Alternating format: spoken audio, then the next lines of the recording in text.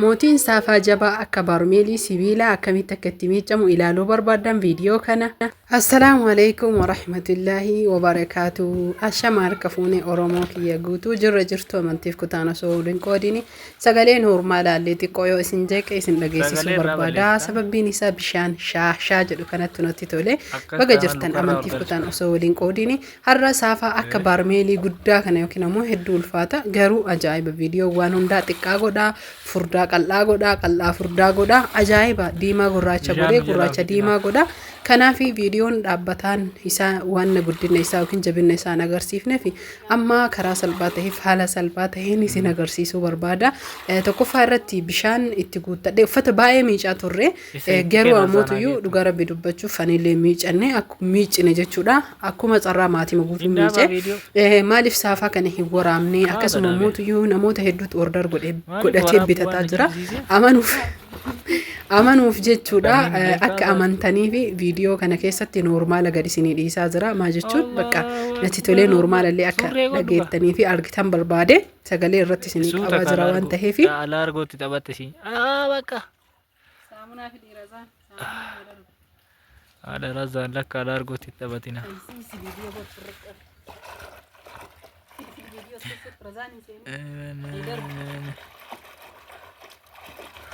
mul'ata harta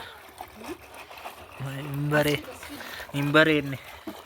asfidee kan bareedne hin beeku kana bicha argisiisa ka arafaa bicha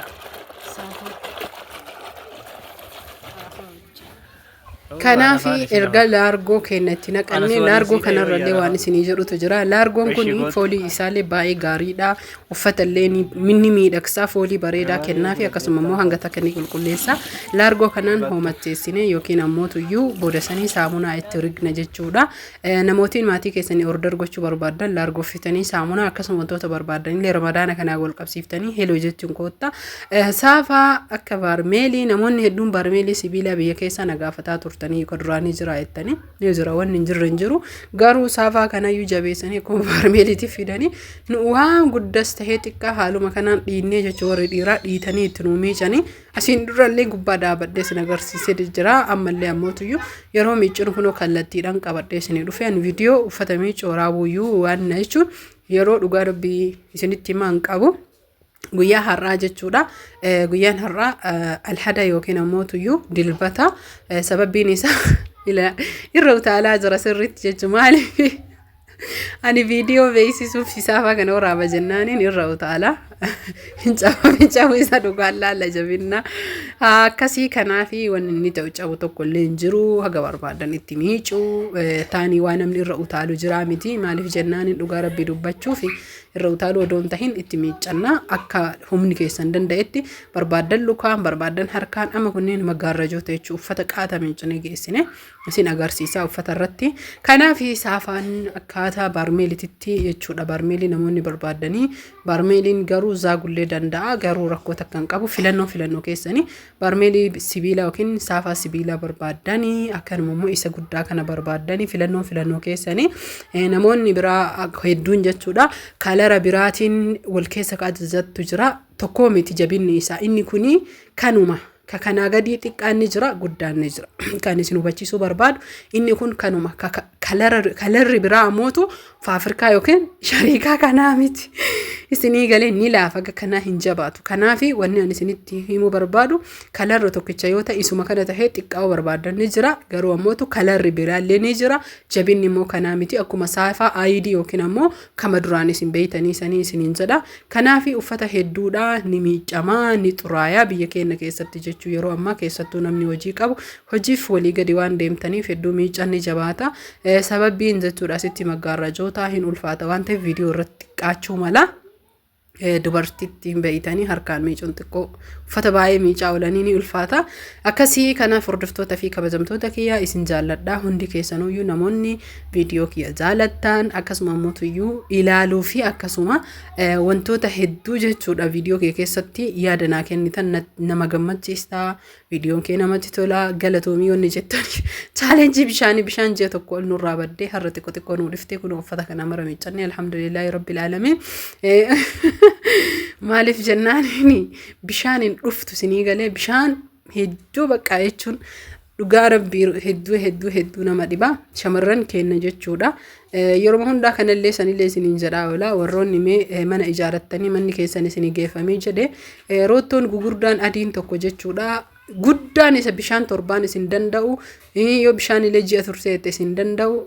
osoo bitattanii biyya namaa namni jirtan birrima guyyaa 15 dalaydanii sanuyyuu ga'u achii gadiyyuu jechuudha. Namni mana ijaarattanii mana barandaa qabdan baranda rakka hidhamu akka arabni mana gubbaa gootu san argitanii adii arabni mana gubbaa fooqii gubbaa kaanii achirraa bishaan facaasu isa sana doo bitattanii namoonni keessattuu naannoo inni murteessadha. Naannoon isin jiraattan Adaamaa, Shaashamannee akkasuma mootuyyuu namoonni Finfinnee magaalota akka Gugurdaa, Jimmaa akka magaalota kamiyyuu jiraadha isin warri Wallaggaallee warri bakka feetan magaalota isinii galaami warri Harargee, Dirree Dhawaa, Harar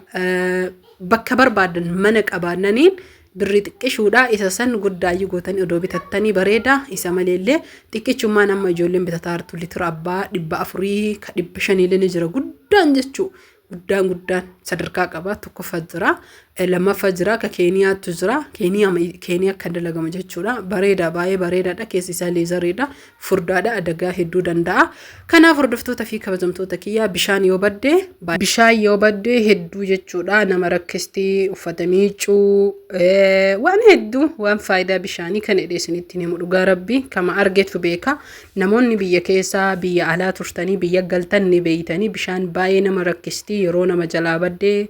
kanaaf hordoftoota fi kabajamtoota kiyyaa wanni hundi barbaachisaadha. Jireenyi kun challenge yookiin qormaata qaba. Qormaanni kanaaf san osoo hin tahin waan silaa tahuu qabu waan silaa jechuun namuudate yookiin an ta'e isinitti hime isinillee akka fayyadamtan jechuu maa jennaani akkana fayyadamtan barbaada Oromoo kiyya waan an ufii dhabe dirqama isin dhabuun qabdan jechuun namni gaafa achi jirtu maan bitatanii faa waan jettantu jira hin beeku kaa jechuun waan akkanaa hin ta'a hin beeyne waan ufii kiyya argee ta'ee argeef jecha isinitti himaa jira isinii galee kanaafi waan yaadadhe hundaa waan jireenya kana keessatti nama barbaachisuuf dirqama tahee hunda isaatuyyuu inshallah wa ta'ala video adadaan natti toleen haalaan isiniif fida isin ammootuyyuu warri maatii kiyya taatan like video godhuun hiriyoota keessanii share godhuun irraa fayyadama hiriyoota keessanillee fayyadama hordoftoota fi kabajamtoota kiyya isin jaaladha isin kabajaa fayyaan faaya namoonni ajaja adda addaa qabdan ajaja meeshaa ajaja nyaataa fi dhugaatii furnicharaa akkasuma immoo meeshaa aadaa fi ammayyaa uffatas tahee walumaa galatti hundi isaa inshallah wa ta'ala waan isin ergattan ni argama isiniif order gochuun taraa isin qabsiisee isiniif bitama ramadaanni dhufaa jira hiriyoota keessanii fi warra keessaniillee namni surprise godhuu barbaadan bakka feetan akka ergamu isiniif ergaa ka ammootuyyuu geeffamu isiniif geessaa qaamallee dhaqee jechuu barbaade lakkoofsa bilbilaa kiyyaa duwwaa 978157275 WhatsApp Telegramdhaan waan ajajachuu barbaadan ajaja hedduun harka jira kota dafa ajajadha namoonni surprise akkuma itti fufanii jira garuu ammootuyyuu waan yeroo fudhatuuf obsaan na eeggadha viidiyoolee hedduu qabadhe